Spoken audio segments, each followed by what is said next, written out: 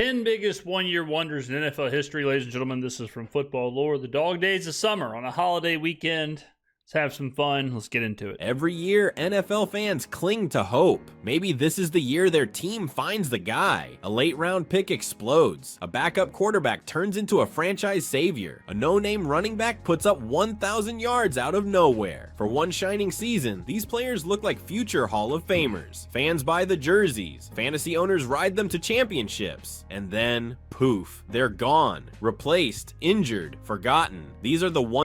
So he showed a couple of these, but it is kind of crazy when you look at running like Peyton Hillis and Ernest Graham. They just showed those are guys that how you catch lightning in a bottle for an entire season like that and then just can't put it together again is insane. I understand quarterbacks, okay, now they have tape on you, and all right, the process is different, but for a running back or even defensive players, you would think it'd be easier to replicate, barring injury. One season wonders, the NFL's ultimate tease. If you could help us out by subscribing, we are getting incredibly close to 10,000 subscribers and would appreciate it. Let's talk about Tommy Maddox. Tommy Maddox, the XFL. So Tommy Maddox came from the XFL, got into the big show, and was damn good and looked like, okay, this is a guy who can, I think it was the XFL. Now I'm double guessing myself. Now I'm thinking it might have been the Arena League. I'll say the XFL. But he was a guy who was maybe they can make that transition. Maybe really good players can be really good in both. And Maddox was good for a little bit, and then it just didn't translate. The man who had fleeting glory, who rose from football's graveyard, tore up the league for one magical year, then vanished behind a rookie named Big Ben. Drafted in the first round by the Denver Broncos in 1992, Maddox was supposed to be John Elway's heir, but Elway wasn't ready to retire, and Maddox, well, he wasn't ready to play. He bounced. Tough scene for Maddox, huh? Gets drafted to be Elway's heir and then gets pushed out the door by Big Ben. Bounced around the NFL for a few years, throwing more picks than touchdowns, and by 1997, he was completely out of the league. Like selling insurance out. That should have been the end of the story. But Maddox wasn't done. In 2001, he resurfaced in the XFL, it was the wild XFL, WWE-backed football experiment that lasted exactly one season. Playing for the Los Angeles Extreme, Maddox dominated the league, leading them to a championship and earning XFL MVP honors. That performance earned him one last shot in the NFL.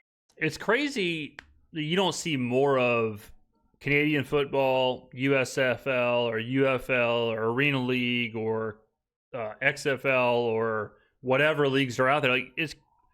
It's crazy that a player doesn't dominate there and then go to the NFL and also dominate. I don't think we've really ever seen it. Sometimes they may make a roster or whatever, but because you'd think okay, let's say you're a third string. Let's just take the Saints for example. Let's say Tyler Shuck wins.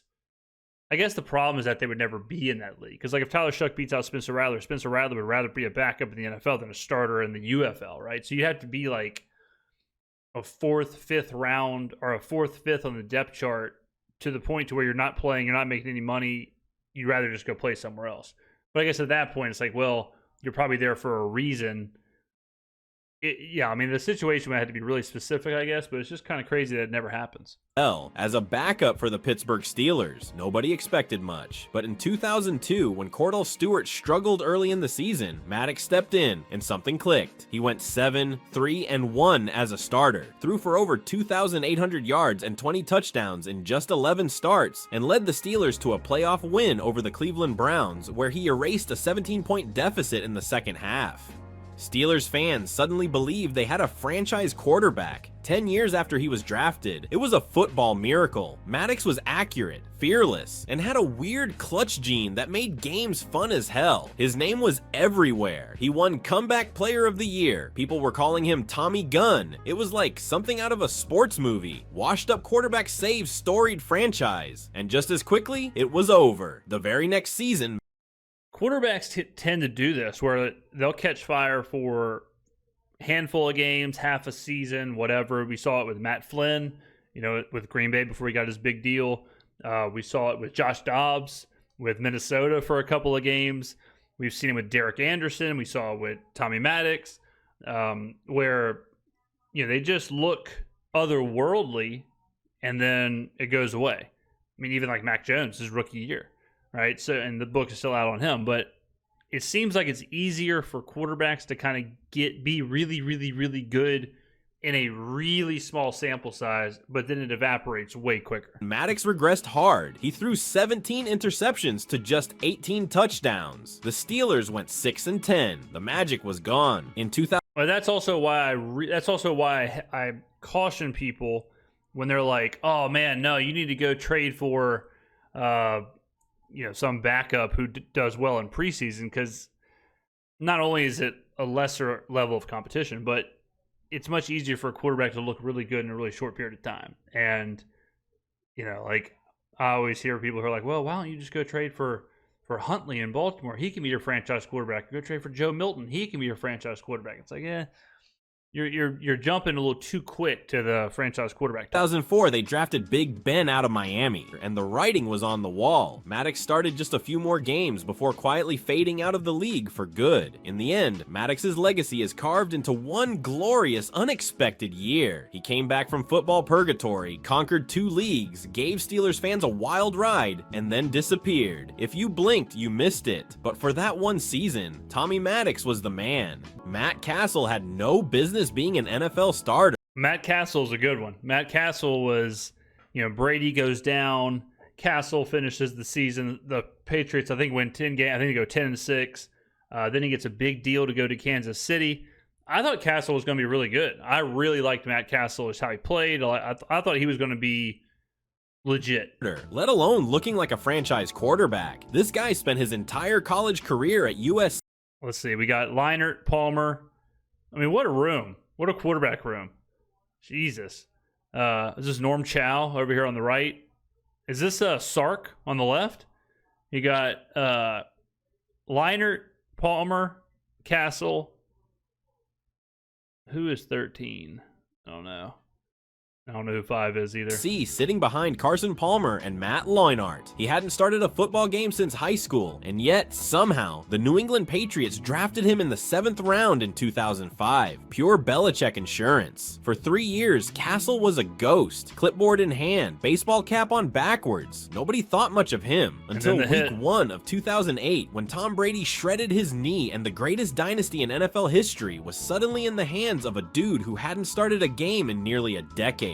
And then he balled out. Castle threw for 3,693 yards and 21 touchdowns, leading the Patriots to an 11-5 record. He didn't just survive, he actually looked good. He was mobile, made smart decisions, and had a cannon of an arm. Suddenly, teams around the league were watching a 7th round nobody run Belichick system like a seasoned vet. There was talk of Castle as Brady's permanent replacement. The Patriots missed the playoffs due to a tiebreaker, but Castle's value skyrocketed. In 2009, the Kansas City Chiefs traded for him and handed him a $63 million contract. They thought they had their guy. He was supposed to be the next big thing, and for one brief moment it looked like he might be. In 2010, Castle threw for 27 touchdowns and just 7 interceptions, making the Pro Bowl and leading the Chiefs to a 10-6 record and an AFC West title. Oh, Dexter McCluster. He was the man. It was his second magical year and his last. From 2011 on, the Castle roller coaster completely derailed. His decision-making fell apart. The turnovers piled up. He was benched, booed, and eventually cut. He spent the next few years bouncing between backup gigs in Minnesota, Dallas, Tennessee, Buffalo, and Detroit, slowly becoming the poster boy for how system QBs can fool everyone.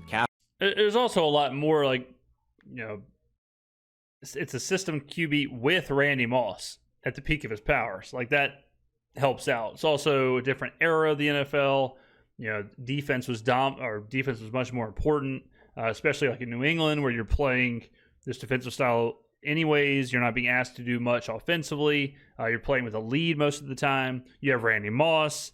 Like, a lot of that is baked into success. Castle's one-year Or- run or in New England equals is still success. talked about as one of the greatest right place, right time stories in NFL history. He was the product of a perfect storm, elite coaching, a stacked roster, and zero expectations. He got the bag, got a Pro Bowl, and got to tell his grandkids he once replaced Tom Brady and didn't completely fall on his face. But he never came close to that level again. Matt Castle is the NFL version of a substitute teacher who accidentally aces the final exam, then fails every quiz after that. He wasn't supposed to be there. He wasn't supposed to succeed. But for one surreal season, he did. And for that reason alone, he earns his spot on this list of one-season wonders. In 1988, the Cincinnati Bengals found lightning in a bottle, and his name was Icky Woods.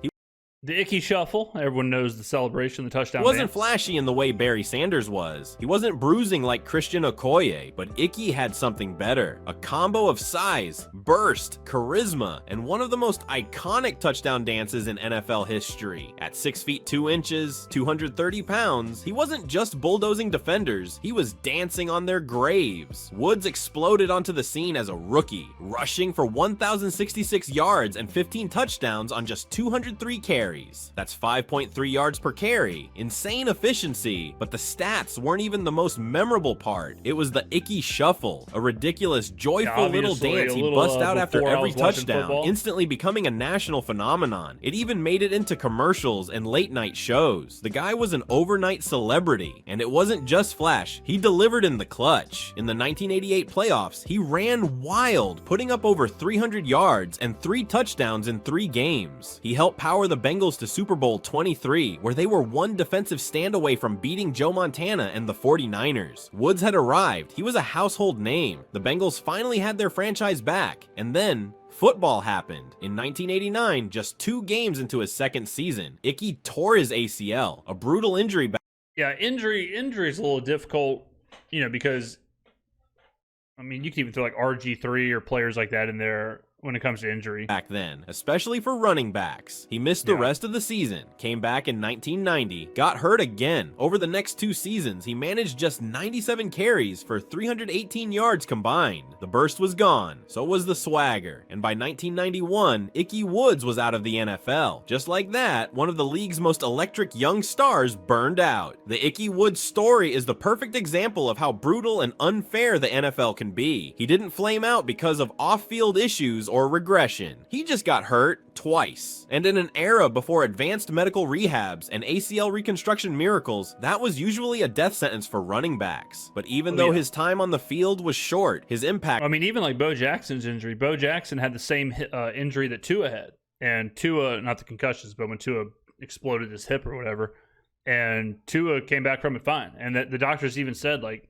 this would have been career-ending back in the day, but now we know how to fix it. Lasted. People who never saw him play still know the Icky Shuffle. He leaned into it, showing up in Geico commercials decades later, dancing in the freezer aisle with cold... What's really unfortunate about situations like this from back in the 80s is that the money was just nowhere near the same as now. So, if you make a couple years like this, you never make a big contract, even if you did have a decent sized contract like that, it's almost like wrestling, where like the wrestlers from the 80s and the 90s before the big boom just kind of go broke pretty quick and kind of just get lost. Cuts. He became a cult hero in Cincinnati, not because of longevity, but because he made fans believe. For one season, he wasn't just a great player, he was pure joy in cleats. Icky Woods may have only had one real season, but man, what a season it was. Sometimes all it takes is a few injuries ahead of this you. Guy just tore his ACL in the boardwalk. And a coaching staff what with happened, no brother? other options. Damn. That's exactly how Ernest Graham became one of the most unlikely stars of the 2007 NFL season. And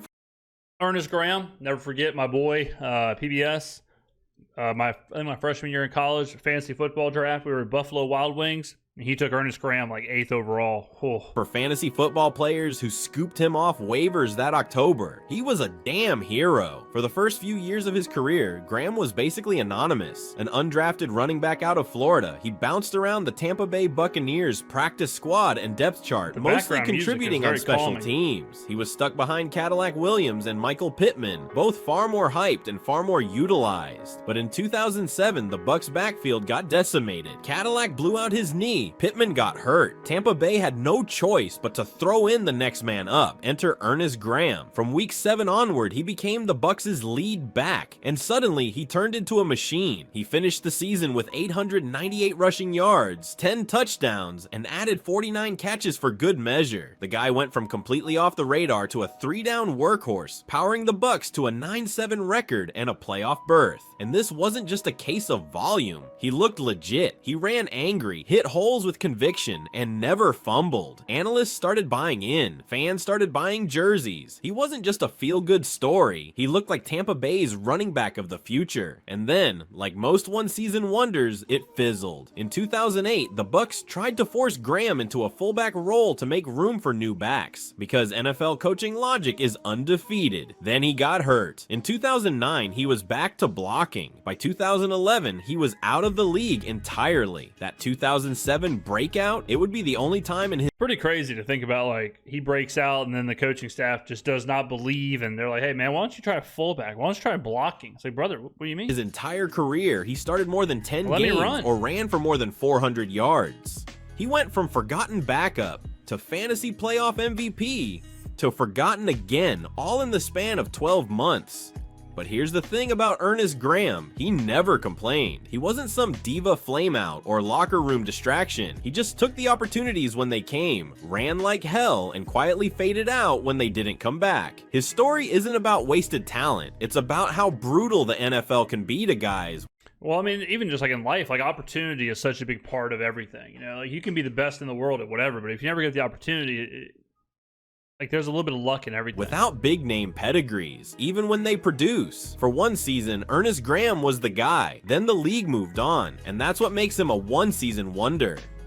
Most NFL players hit their prime in their mid-20s. By age 30, you're either in decline or clinging to a backup role, unless you're Gary Barnage, who decided to wait. Who the hell is Gary Barnage? I have no idea who this guy is. Until the NFL had basically forgotten about him before casually dropping one of the most ridiculous tight end seasons of the decade. Let's set the stage. Before 2015, Barnage had been in the NFL for 7 years. Across that entire stretch, he had 44 total receptions. Not in a season. In his entire career, he was mostly a blocking tight end for the Panthers and then the Browns, catching the occasional pass when literally everyone else was covered. Nobody was drawing up plays for Gary Barnage. But in 2015, something weird happened. The Cleveland Browns had no one else to throw to. Josh Gordon was suspended. Their quarterback situation was a rotating circus of Johnny Manziel, Josh McCown, and whatever warm body they could suit up that week. And amid that chaos, the Browns suddenly turned to Barnage as their go-to guy, and he delivered big time. I don't remember this in at just all. 16 games, Barnage racked up 79 receptions for 1,043 yards and 9 touchdowns. That's not just good for a tight end, it's elite. He was third among tight ends in receiving yards, behind only Rob Gronkowski and Greg Olsen. People were picking him up off fantasy waivers and winning leagues.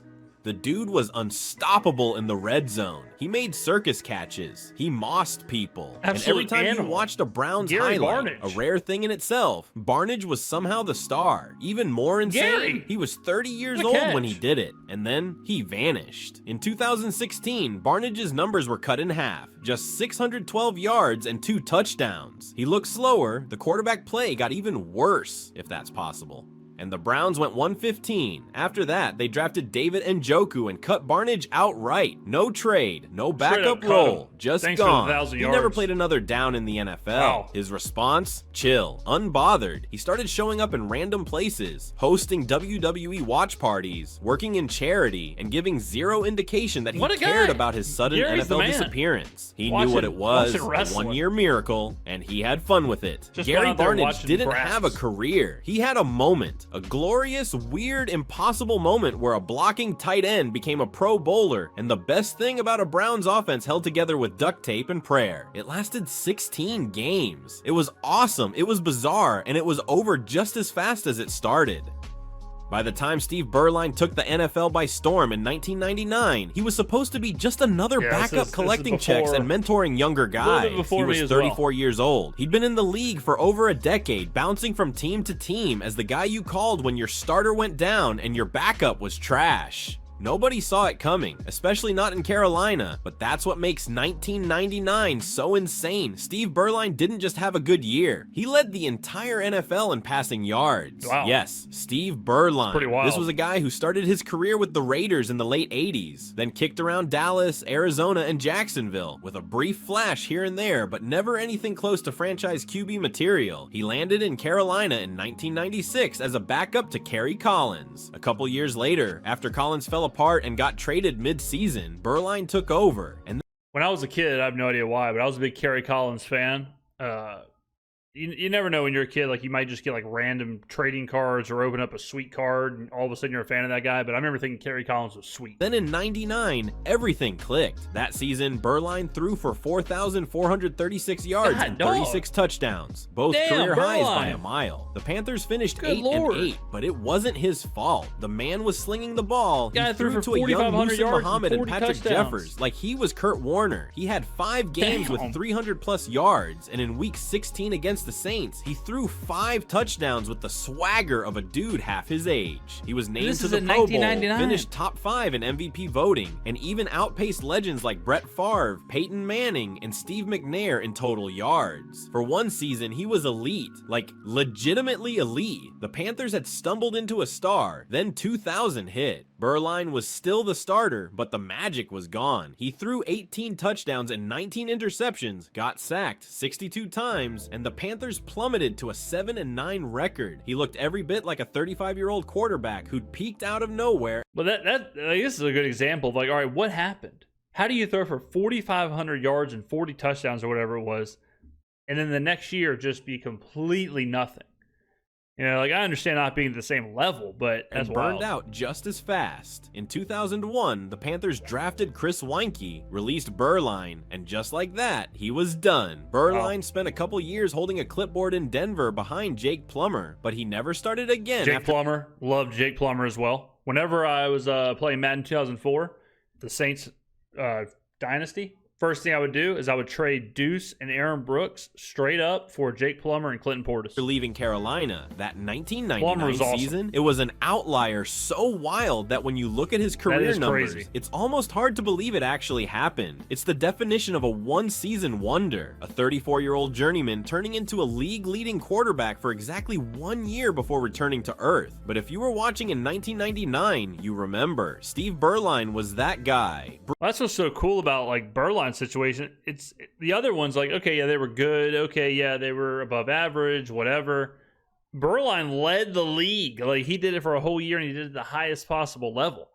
You know, like that is crazy. Briefly, brilliantly, and then like so many others on this list, gone.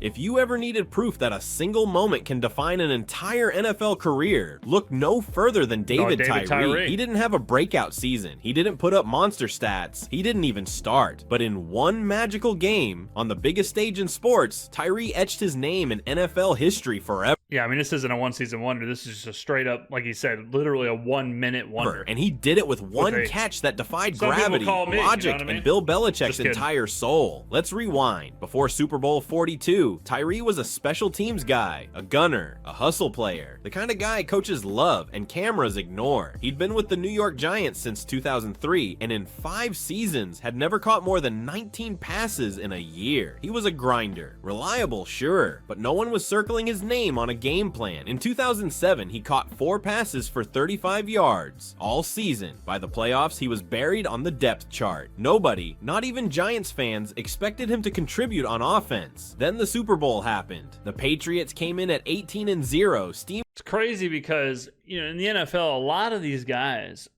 most of their career, like in high school, junior high school, college, whatever, they're the best player on their team or one of the best players on their team because then they could go to the NFL, you know? So they all have this bottled up. They all have these abilities. And, you know, David Tyrie got a chance to do it in the biggest moment ever. Steamrolling everyone in their path. They had Randy Moss, they had peak Brady, they were chasing immortality. The Giants were 12-point underdogs and lucky to even be there. But in the fourth quarter, trailing 14-10, with 1:15 left on the clock, Eli Manning somehow escaped a sure sack and chucked a desperate prayer into the middle of the field. And that's when Tyrie, covered by future Hall of Famer Rodney Harrison, leapt into the air, pinned the ball against his helmet, and held on as he crashed to the turf. No gloves, no bobble, no explanation. It was one of the greatest plays in NFL history. The helmet catch instantly became legend. A few plays later, Eli found Plaxico Burress in the end zone, and the Giants pulled off one of the greatest upsets ever. Tyrie's catch was, I mean, just sports, man. Like, it really is the greatest upset ever. the moment, the turning point, the dagger to New England's What a perfect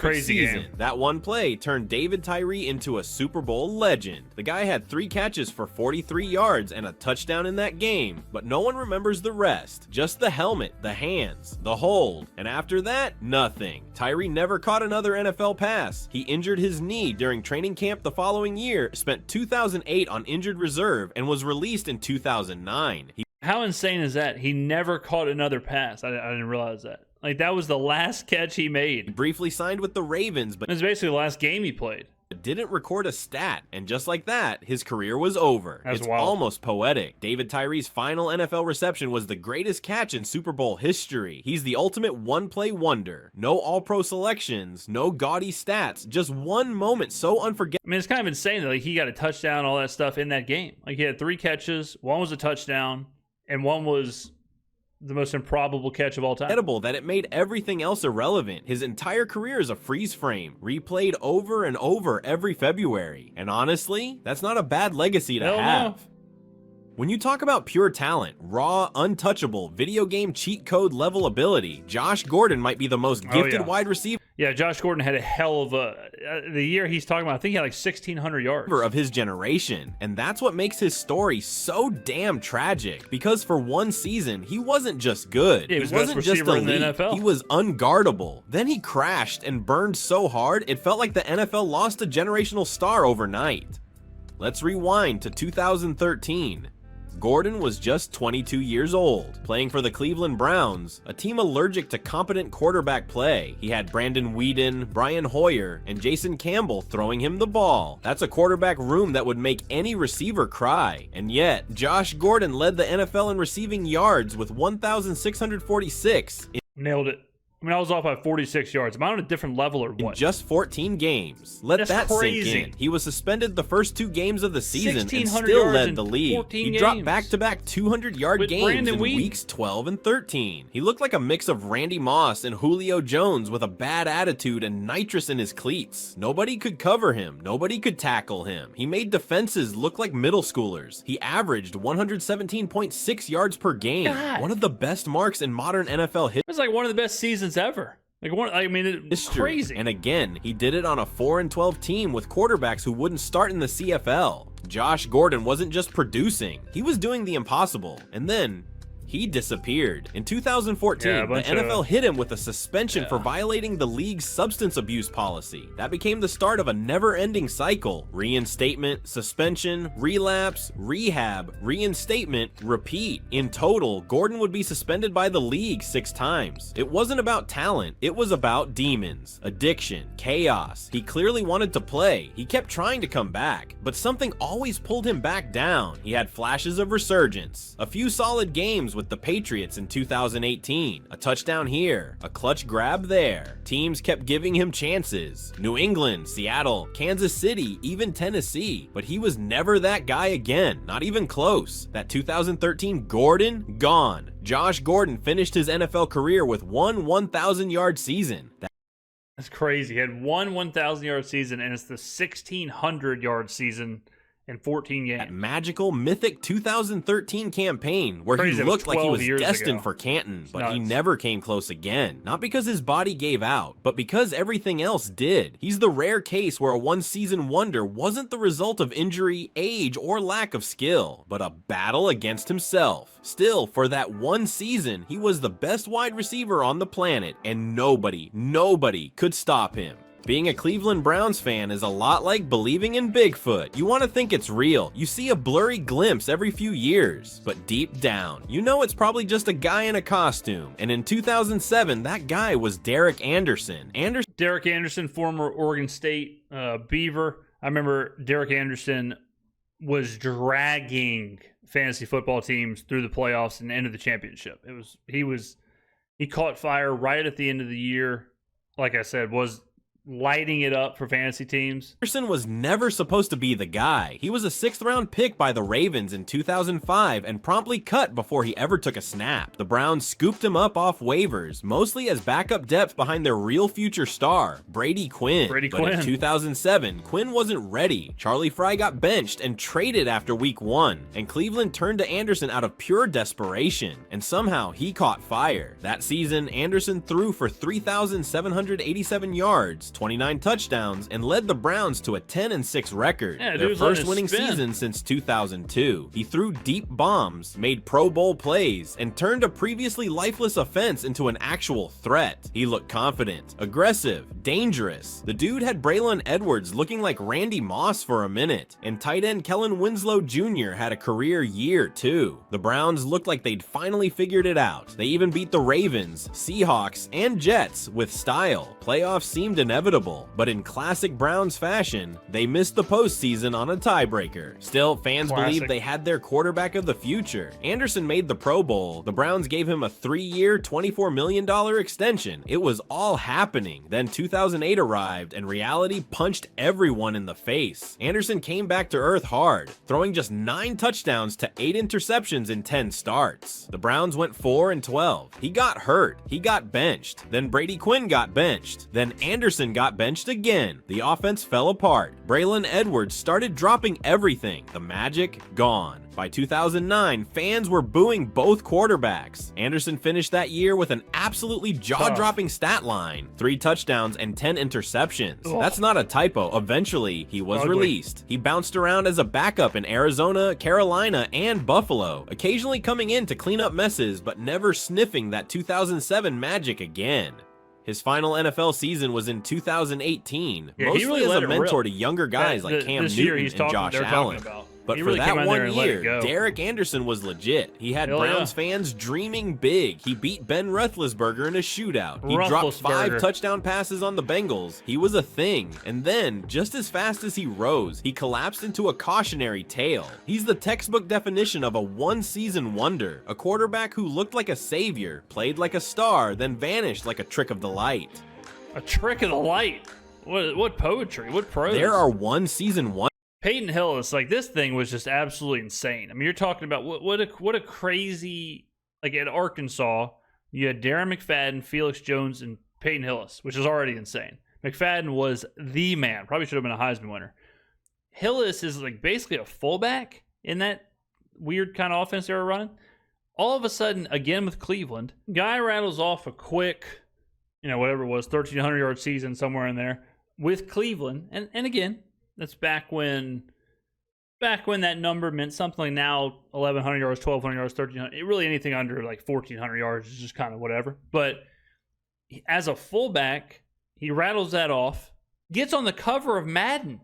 Wonders, and then there's Peyton Hillis. The man became a folk hero, a fantasy football legend, and the face 40 of a video game franchise, all in 1 year. And then, just as fast, he vanished like a deleted save file. Let's back up. Hillis was a 7th-round pick in 2008, drafted by the Denver Broncos. He wasn't even a running back, really. He was a fullback, a blocker, a bruiser, a guy designed to eat up linebackers so the real... Now, don't get it twisted. In Arkansas, he was a running back. Him, Felix Jones, and /or Darren McFadden were all absolutely sweet. Real athletes could shine, but Hillis had soft hands, surprising agility, and a truck stick that could snap ribs. When Denver's backfield got hit by injuries in 2008, he stepped in and did well, but then tore his hamstring and disappeared again.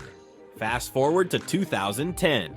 The Browns, God bless them, were in full throw darts at the depth chart mode. They picked up Hillis in a trade with Denver, in exchange for Brady Quinn no less, and he entered the season buried behind Jerome Harrison and Montario. I mean, God, this is what it's all about right here. I mean, what a helmet, what a face mask, Look at the biceps. Artistry. But when those guys inevitably got hurt, Cleveland threw Hillis into the fire, and he absolutely went berserk. In 2010, Peyton Hillis rushed for 1,177 yards and 11 touchdowns, caught 61 passes for another 477 yards and 2 scores, and dragged the Browns to 6 wins almost entirely by himself. He trucked defenders like a bulldozer on roller skates. He stiff-armed everyone. He jumped over linebackers. He ran over safeties. He made the New England Patriots defense look like junior varsity in one of the most insane 184-yard, 2-touchdown games of the decade. The man was unstoppable. Fans fell in love. The internet couldn't get enough. And in the offseason, the unthinkable happened. He won the nationwide vote to become the Madden 12 cover athlete. A fullback on the cover in an era of Brady, Breeze, and Rodgers. The Hillis hype was real. And then the Madden curse struck with vengeance. In 2011, Hillis' season unraveled like a cheap suit. He got a mysterious strep throat that caused him to miss games. There were reports he skipped a game on the advice of his agent. During a contract year, no less. He got hurt. Again, he looked slower, less explosive, like he was dragging cement in his cleats.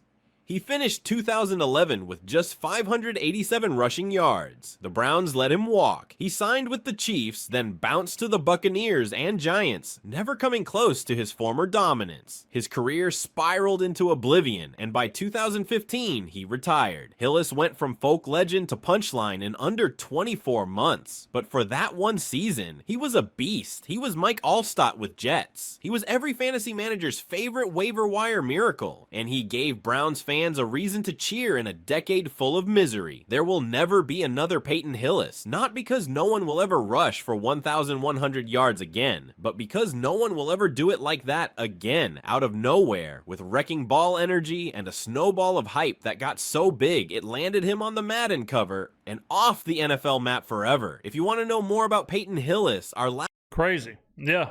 I mean, it's nuts how fast a player can, peak and then crash, and how fast it can all happen. But good video, good stuff. Again, dog days of summer. Ladies and gentlemen, get on down in the comments below. Thank you for watching, and I will see you in the next video.